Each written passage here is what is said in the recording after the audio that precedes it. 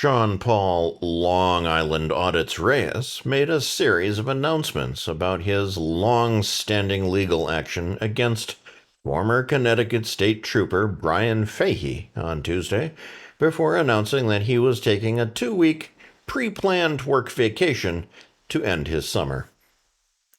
Parading in front of a field office of the Federal Bureau of Investigation, Reyes explained that he had been back to the building in order to provide more audio and video evidence to FBI agents. While he wouldn't confirm an investigation was taking place, he prefaced his statements with, "I've heard that." There was definitely an investigation into both the alleged violations of his civil rights and the alleged illegal overtime scheme that he's accused Fahey of masterminding. He also announced that the state's attorney's investigation into the incident at Sergeant Fahey's home last month has been transferred to Windham County, Connecticut, after an appearance of bias in New London County. The YouTuber then expressed concern, as the newly appointed state's attorney for Windham County is a man named John F. Fahey.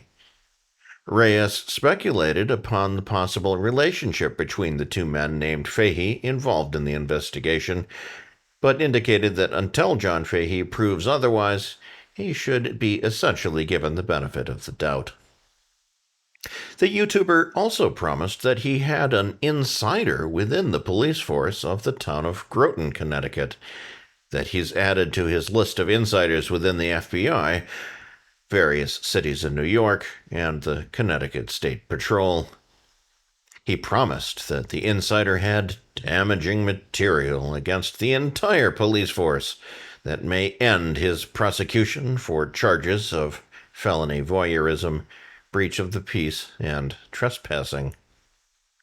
Reyes then announced that he would be taking a 2-week work vacation, where he would continue with his video releases but would otherwise be taking time away with his family to recuperate from the past few weeks of national attention.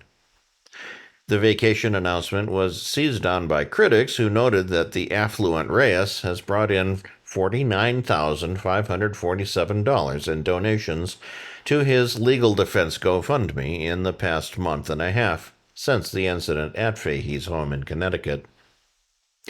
More accusations have come as Reyes's new information on the case seems to come at times when there's been a lull in support for the campaign, which is currently sitting at a mere $5,500 away from its $55,000 overall funding goal.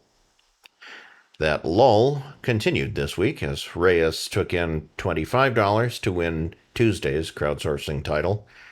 The fund did slightly better on Wednesday, taking in $61, but losing the overall crown to Reyes's Support the Fight Against Tyranny and Corruption campaign, which took in $69. Thursday's results were similar to Tuesday's, with Reyes's legal defense campaign bringing in $40, and second place going to Randall S., the unhinged attorney Newman, Esquire, GoFundMe campaign to help fund a lawsuit against the internet personality known as The Exposer, which took in $5 for the day. That $5 donation is especially notable as it was credited to a Patrick Darcy, a misspelled version of attorney Patrick Darcy, a frequent critic of Newman's. None of the other campaigns that we follow received donations this week. Reyes's domination of the crowdsourcing market continues at mid-month, with his generic Support the Fight Against Tyranny and Corruption fund taking the overall lead with $1,490 in donations so far for the month. His Stand With Me to Hold Brian Fahey Accountable fund is in second place with $1,385 in new donations, followed by our own Ongoing Expenses campaign, which took in $200 in donations for the month, and Attorney Newman's GoFundMe campaign, which has taken in $5. Despite the flip-flop of the top spot for the mid-month results, Reyes' Fahey campaign again dominates the year's top 10, as it's taken in over $49,000 in donations. Second place is still held by the now-defunct Clash with Bow Legal Defense Fund, with $6,790 in donations. Third place is held by Lane Myers' Legal Defense Give Send Go campaign, which has brought in $6,545 for the year, followed by Reyes' Support the Fight Against Tyranny and Corruption Fund, which has taken in $5,727 for the year.